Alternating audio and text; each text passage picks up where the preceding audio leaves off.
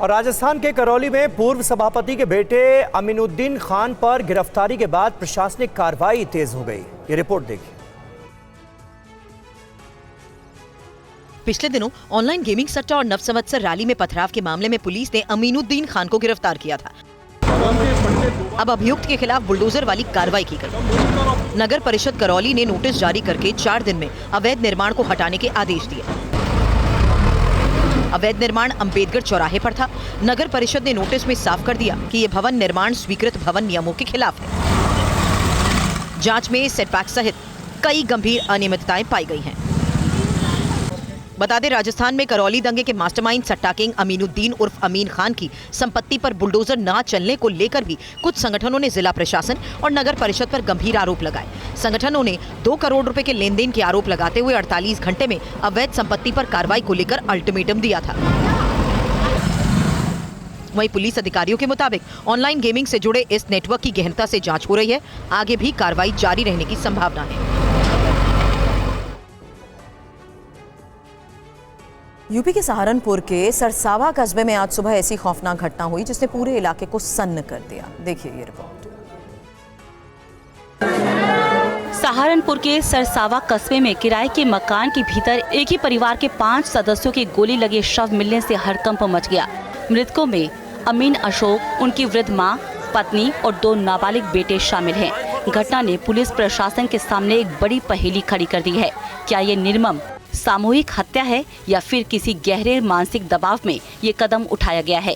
स्थानीय लोगों के मुताबिक मकान से लंबे समय से कोई आवाजाही देखने को नहीं मिल रही थी, तो पड़ोसियों को अनहोनी की आशंका हुई। सूचना पर पुलिस पहुंची। जब अंदर दाखिल हुई तो दृश्य दिल दहला देने वाला था। परिवार की पृष्ठभूमि सामान्य बताई जा रही है। अशोक को पिता की मृत्यु के बाद मृतक आश्रित कोटे में सरकारी नौकरी मिली थी। वो नुक्कड़ तहसील में अमीन के पद पर काम कर रहे थे। स्थानीय लोगों की माने तो घटनास्थल से पुलिस ने 3 तमंचे भी बरामद किए हैं, जिसने इस मामले को और उलझा दिया है। पुलिस के अनुसार अशोक की कनपटी पर गोली के निशान मिले हैं, जबकि मां, पत्नी और दोनों बेटों के माथे पर गोली मारी गई है। खबर जम्मू कश्मीर से है। जम्मू कश्मीर में आज एक आईईडी की सूचना मिली, जिसे समय रहते डिफ्यूज कर दिया गया। तस्वीरें उत्तरी कश्मीर के टैपर पट्टन की हैं, जहां श्रीनगर बारामूला नेशनल हाईवे पर एक संदिग्ध वस्तु मिलने की सूचना मिली थी। थोड़ी ही देर में सुरक्षा बल मौके पर पहुंच गए और पूरे इलाके की घेराबंदी करके तलाशी अभियान शुरू कर दिया। संदिग्ध वस्तु की पहचान के लिए ड्रोन की भी मदद ली गई। ड्रोन की मदद से संदिग्ध वस्तु की पहचान आईईडी के रूप में की गई। साथ ही ड्रोन की मदद से ही विस्फोटक की लोकेशन और उसकी मात्रा के बारे में भी खबर जुटाई गई, ताकि समय रहते इस विस्फोटक को नष्ट किया जा सके। इस दौरान पूरे इलाके में आवाजाही बंद कर दी गई। फिर देखिए कैसे सुरक्षा बलों ने विस्फोटक को नष्ट कर दिया। गणतंत्र दिवस को लेकर सुरक्षा बल कश्मीर में लगातार सर्च ऑपरेशन चला रहे हैं। लोगों से भी सतर्क रहने के लिए कहा जा रहा है। स्थानीय लोगों से अपील की जा रही है कि कुछ भी संदिग्ध दिखने पर तुरंत सुरक्षा बलों को सूचित किया जाए, ताकि आतंकी साजिशों को समय रहते नाकाम किया जा सके। कुल मिलाकर समय रहते सूचना पाकर सुरक्षा बलों ने इस आईईडी को नष्ट कर दिया, जिससे एक बड़ी साजिश को नाकाम किया जा सका। गणतंत्र दिवस से पहले यूपी में हापुड़ के एक घर से 200 किलो विस्फोटक बरामद हुआ है। रिपोर्ट आपको दिखाते हैं। मामला हापुड़ के बाबूगढ़ का है, जहां नए किराएदारों के सत्यापन का काम चल रहा है। इसी कड़ी में संदिग्धों की पहचान की जा रही। इसी दौरान एक घर से तलाशी करते वक्त बड़ी मात्रा में विस्फोटक बरामद हुआ। पुलिस के सर्च ऑपरेशन में 2 किलो गन पाउडर, विस्फोटक से बनी 2000 मोमबत्तियां और पटाखे बरामद हुए। गणतंत्र दिवस से पहले विस्फोटक मिलने से सुरक्षा एजेंसियां अलर्ट हो गई हैं। पुलिस ने इस मामले में गाजियाबाद के रहने वाले नदीम को पकड़ा है। उसके करीबियों की भी तलाशी की जा रही है। अब ये पता लगाया जा रहा है कि आखिर गणतंत्र दिवस से पहले इन विस्फोटकों को क्यों इकट्ठा किया गया, कि गणतंत्र दिवस पर किसी हमले को अंजाम देने की साजिश थी।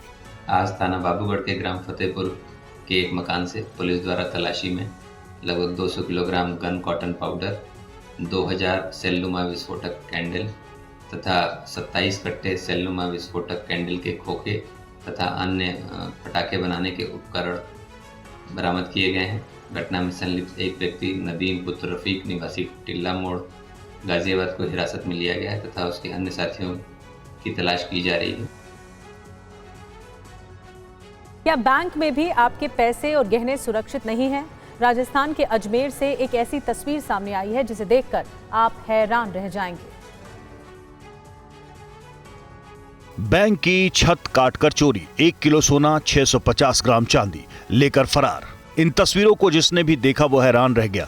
अजमेर के बैंक ऑफ बड़ौदा में छत के रास्ते चोर आए, लोहे के सरियों को इलेक्ट्रिक कटर से काट दिया, लॉकर तोड़ा, लाखों का सामान समेटा और फरार हो गए।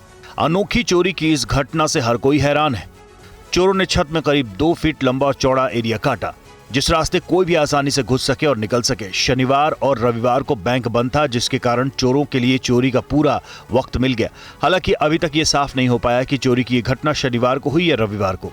जांच में सामने आया कि चोरों ने बैंक के लॉकर रूम को निशाना बनाया, 2 लॉकर तोड़कर उसमें रखे 1 किलो से ज्यादा सोना और 650 ग्राम चांदी चुरा ले गए। बैंक के भीतर से पुलिस ने इलेक्ट्रिक कटर और छत तोड़ने में इस्तेमाल किए गए सामान बरामद किए। फिलहाल मौके पर पुलिस की टीम मौजूद है। एफएसएल की टीम भी मौके पर सबूत जुटा रही है। अब मामले की जांच की जा रही है। सीसीटीवी कैमरे की मदद से चोरों की तलाश की जा रही है। और केरल के सबरीमाला सोना तस्करी मामले में ईडी ने रेड की है। 3 राज्यों में 21 जगहों पर ईडी ने छापे मारे। तस्वीरें कर्नाटक के बेल्लारी की देखिए। सबरीमाला केस से जुड़े एक अभियुक्त गोवर्धन के घर और ज्वेलरी की दुकान पर रेड डाली गई। ईडी ने सोना तस्करी के मामले में देवास्वम बोर्ड के हेडक्वार्टर पर छापा मारा। तस्वीरें पद्म कुमार के घर की हैं, जो देवास्वम बोर्ड के पूर्व अध्यक्ष हैं। उनके घर पर ईडी की टीम ने सर्च ऑपरेशन चलाया। सबरीमाला मंदिर सोना चोरी मामले में कर्नाटक, केरल और तमिलनाडु में ईडी ने छापेमारी की है। सबरीमाला सोना तस्करी मामले में एसआईटी मंदिर के सनेधनम पहुंच गई है। हाईकोर्ट की इजाजत से टीम सोने की चादरों की मात्रा भी मापेगी और सैंपल लेगी। केरल के सबरीमाला मंदिर से जुड़ा सोना चोरी विवाद पहली बार 2019 में सामने आया। 2019 में ही मंदिर की मरम्मत और गोल्ड प्लेटिंग के नाम पर भगवान अयप्पा मंदिर की मूर्तियों पर चढ़ा सोना बाहर भेजा गया था। कुल 42.8 किलो सोने की प्लेटेड मूर्तियां मरम्मत के लिए चेन्नई की एक निजी फर्म को दी गई, लेकिन जब ये मूर्तियां लौटी तो उनका वजन केवल 38.2 किलो पाया गया, यानी करीब 4.5 किलो सोना गायब था। जब वजन कम निकलने पर सवाल उठे तो इसे सामान्य घिसावट बताया गया। हालांकि कोर्ट ने इसे गंभीर लापरवाही मानते हुए एसआईटी जांच के आदेश दिए। असम के कोकराझार में सेना की तैनाती की खबर है। 2 युवकों की मौत के बाद तनाव यहां पर भड़का है। गाय चोरी के आरोप में घर में लगाई थी आग। आग में जलने से 2 की मौत, 3 लोग घायल। नाराज लोगों ने कई घरों में आग लगा दी। पुलिस फायरिंग में भी कई लोग घायल हुए।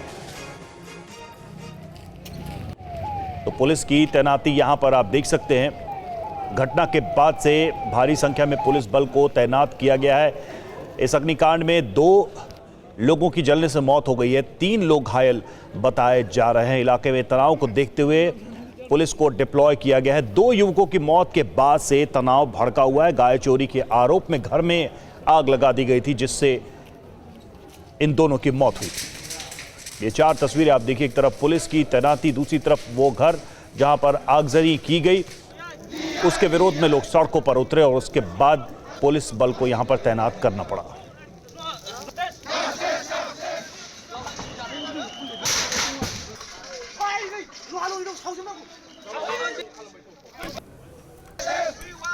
तो गाय चोरी का आरोप और उसके बाद ये आगजनी हुई। आरोप ये है कि मकान में आग लगा दिया गया, जिसमें 2 की मौत हो गई, 3 लोग इससे झुलस गए। उसके बाद लोगों का गुस्सा, जिससे इस पूरे इलाके में तनाव बढ़ गया और फिर यहां पर भारी पुलिस बल की तैनाती की गई।